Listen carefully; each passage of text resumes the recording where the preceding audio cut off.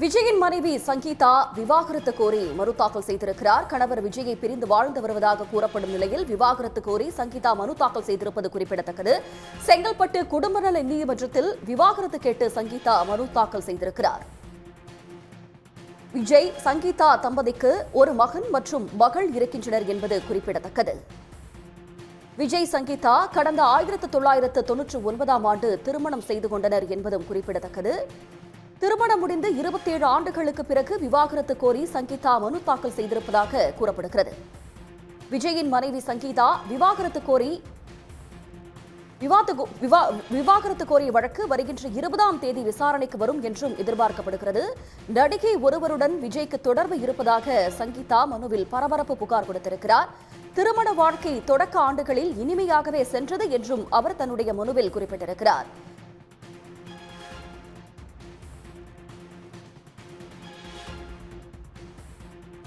தாவேக தலைவர் விஜயின் மனைவி சங்கீதா விவாகரத்து கோரி மனு தாக்கல் செய்திருக்கிறார். கணவர் விஜயை பிரிந்து வாழ்ந்து வருவதாக கூறப்படும் நிலையில் விவாகரத்து கோரி சங்கீதா மனு தாக்கல் செய்திருப்பது குறிப்பிடத்தக்கது. செங்கல்பட்டு குடும்ப நல நீதிமன்றத்தில் விவாகரத்து கேட்டு சங்கீதா மனு தாக்கல் செய்திருக்கிறார்.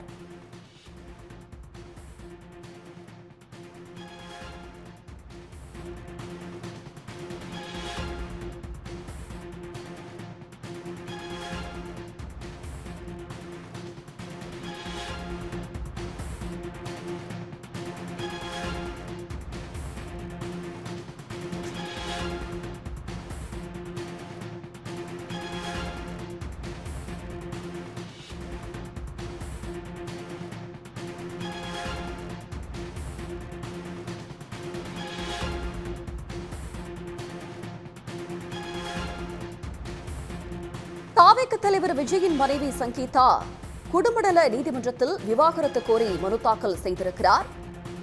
நடிகை ஒருவருடன் விஜய்க்கு திருமணத்தை மீறிய உறவு இருந்ததால் மிகுந்த மன உளைச்சலுக்கு ஆளானதாக அவர் தரப்பில் அளிக்கப்பட்டிருக்கும் மனுவில் குறிப்பிடப்பட்டிருக்கிறது. கடந்த 1999ஆம் ஆண்டு விஜய் மற்றும் சங்கீதாவுக்கு திருமணம் ஆகிய நிலையில் 27 ஆண்டுகளுக்கு பிறகு சங்கீதா தரப்பில் இருந்து விவாகரத்து மனு கோரப்பட்டிருக்கிறது. அவர் தரப்பில் இருந்து விவாகரத்து மனு கோரப்பட்டிருக்கக்கூடிய நிலையில் இது தொடர்பான வழக்கு வருகின்ற 20ஆம் தேதி விசாரணைக்கு எடுத்துக் கொள்ளப்படும் என்றும் தெரிகிறது. சங்கீதா மற்றும் விஜய் தம்பதிக்கு ஒரு மகன் மற்றும் மகள் இருப்பது குறிப்பிடத்தக்கது. அண்மை காலமாக கட்சி சார்ந்த நிகழ்ச்சிகள் மற்றும் பொது நிகழ்ச்சிகளில் மனைவி சங்கீதாவோடு விஜய் கலந்து கொள்ளவில்லை என்பதும் குறிப்பிடத்தக்கது. இது பற்றிய மேலதிக விவரங்களை தருவதற்காக சிறப்பு செய்தியாளர் ரமேஷ்குமார் இணைகிறார். ரமேஷ்குமார், விவரங்கள். தன்னுடைய மனுவில் என்ன தெரிவித்திருக்கிறார் என்றால், இவர் நடிகர் விஜய் வேறொரு நடிகரின் தொடர்பில் இருப்பதாகவும் இதை கடந்த ஏப்ரல் 2022ஆம் ஆண்டு கண்டுபிடித்ததாகவும் அவர் தெரிவித்திருக்கிறார். இது தனக்கு மிகப்பெரிய மன வேதனையும் ஏற்படுத்தியதாக அவர் குறிப்பிட்டிருக்கிறார். இது தனக்கு இழைக்கப்பட்ட துரோகம் மற்றும் நம்பிக்கைக்கு மீறுவதற்கு சமம் என்றும் அவர் குறிப்பிட்டிருக்கிறார். அதாவது தான் ஏற்கனவே இது குறித்து உறவை தான் திருமண உறவை தான் விலகிக் கொள்வதாகவும் முடித்துக் கொள்வதாகவும் தெரிவித்த போதும் அவர் தொடர்ந்து அந்த உறவில் இருந்ததாகவும் அந்த வேறொரு நடிகரின் உறவை தொடர்ந்தார் என்றும் இதனால் தான் நீண்ட கால கொடுமைக்கு மன ரீதியாக உடல் ரீதியாக பல கொடுமைக்கு ஆளாவதாக அவர் தெரிவித்திருக்கிறார். கடந்த செப்டம்பர் 2021 முதல் பிப்ரவரி 2022 வரை வழக்கறிஞர் மூலம் தான் அந்த பிரச்சனையை தீர்ப்பதற்காக சுமூகமாக தீர்ப்பு முயன்றதாகவும் அது தொடர்பாக நோட்டீஸ் எல்லாம் வழங்கப்பட்டதாகவும் அவர் அந்த மனுவில் தெரிவித்திருக்கிறார். ஆனால் அதில் எந்த தீர்வும் எட்டப்படவில்லை என்றும், எனவேதான் தன்னுடைய வாழ்க்கைக்கு நலன் கருதி இந்த விவகாரத்தை வழங்க வேண்டும் என்றும் அவர் கேட்டுக்கொண்டார். அவருடைய நலத்தையே தான் மன்னிக்க முடியாது என்றும் அந்த தகவலில் அவர் மனுவில் தெரிவித்திருக்கிறார். மேலும் தான் இதனால் உணர்வு ரீதியாகவும் மன ரீதியாகவும் கடுமையாக பாதிக்கப்பட்டதாகவும் அவர் அந்த மனுவிலை சுட்டிக்காட்டியிருக்கிறார்.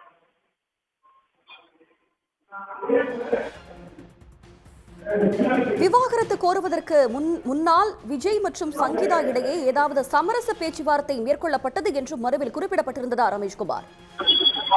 அதாவது செப்டம்பர் 2021 முதல் பிப்ரவரி 2022 வரை வழக்கறிஞர் மூலம் இந்த தான் அணுகியதாகவும் இதை ஒரு சமரசமாக தீர்த்துக் கொள்ள முயற்சி மேற்கொள்ளப்பட்டதாகவும் அதற்கான நோட்டீஸ் எல்லாம் அனுப்பப்பட்டதாகவும் அவர் தெரிவித்தார். ஆனால் அது எந்த ஒரு தீர்வும் ஏற்படவில்லை என்பதனால் தான் தற்போது விவாகரத்து வழக்கு தொடர்ந்துள்ளதாகவும் அந்த மனிதர் அவர் சுட்டிக்காட்டியிருக்கிறார். அவர் வந்து எந்த ஒரு நேரத்திலும் தன்னுடைய சரியாக தன்னிடம் நடந்து கொள்ளவில்லை என்றும் அந்த மனுவில் அவர் வந்து சுட்டிக்காட்டியிருக்கிறார். நீதிமன்றத்தை நாடி இருக்கக்கூடிய நிலையில் எதிர்காலத்தில் கணவர் விஜயோடு சேர்ந்து வாழ வேண்டும் என்ற ஒரு சூழ்நிலை ஏற்பட்டால் சேர்ந்து வாழவும் தயார் எனவும் சங்கீதா தரப்பில் இருந்து தெரிவிக்கப்பட்டிருக்கிறதா? தெரிவிக்கப்பட்டிருக்கிறது. ஆனால் நீதிமன்றத்தில் அது தொடர்பான வழக்கு விசாரணையின் போது ஒருவேளை அதற்கான கவுன்சிலிங் என்று சொல்வார்கள், அந்த ஆலோசனை தெரிவிக்கப்பட்டால் அது தான் சேர்ந்து வாழ தயாராக இருப்பதும் அந்த மனுவில் அவர் வந்து சுட்டிக்காட்டியிருக்கிறார். சங்கீதா அளித்திருக்கக்கூடிய மனுவில் வேறு என்னெல்லாம் குறிப்பிடப்பட்டிருக்கிறது ரமேஷ்குமார்? நாம் திருமணத்துக்கு பிறகு அது போல தான் வந்து இது போல உறவில் விரைச்சில் ஏற்பட்டாலும் சில சிரமங்களை அனுபவித்ததாகவும், ஆனால் அதை தான் வந்து சமாளித்துக் கொண்டுதான், அதாவது தான் இது போல பிரச்சனை தொடர்ந்து நீடித்து வந்தாலும் அதை வந்து தான் சமாளித்து வாழ்க்கையை நடத்தி வந்ததாகவும் வந்து அவர் வந்து சுட்டிக்காட்டியிருக்கிறார். ஆனால் தொடர்ந்து இவர் வந்து அடுத்து வேறொரு நடிகையுடன் தொடர்பு இருப்பதனால் தனக்கு மிகப்பெரிய மன உளைச்சலையும் மன வேதனையும் ஏற்படுத்தியதாகவும் அவர் வந்து சுட்டிக்காட்டியிருக்கிறார். இது வந்து தனக்கு இழைக்கப்பட்ட துரோகமாக தான் பார்ப்பதாகவும், இதனால் தான் கடுமையான மனவேதனையை தனக்கு ஏற்படுத்தியதாகவும் வந்து அவர் வந்து தெரிவித்தார். மேலும் வந்து தான் ஏற்கனவே விஜய் வந்து அந்த சம்பந்தப்பட்ட நடிகையுடன் உறவை முடித்துக் கொள்வதாக தான் உறுதியளித்தாலும் தொடர்ந்து அதை மீறி, அந்த உறுதியை மீறி சங்கீதாவிடம் வந்து தான் வேறொரு நடிகர் தொடர்பு இருப்பதை நான் முடித்துக் கொள்கிறேன் என்று அவர் சொன்ன போதிலும் அதை தொடர்ந்து அவர் ஈடுபட்டு வந்தார் என்பதுதான் சங்கீதாவின் முக்கியமான குற்றச்சாட்டாக இருக்கிறது. மனுவில் நடிகை ஒருவர் என குறிப்பிடப்பட்டிருக்கக்கூடிய நிலையில் அந்த நடிகை யார் என்ற விவரங்கள் அதில் இருக்கிறதா? நடிகையினுடைய விவரம் பெயர் இடம்பெறவில்லை. ஆனால் ஒரு நடிகை என்று மட்டுமே குறிப்பிடப்பட்டிருக்கிறது. அதனுடைய முழு விவரம் என்பது அதில் வெளியிடப்படவில்லை. உடனுக்குடன் செய்திகளை தெரிந்து கொள்ள சன் நியூஸ் பெல் ஐகானை கிளிக் பண்ணுங்க.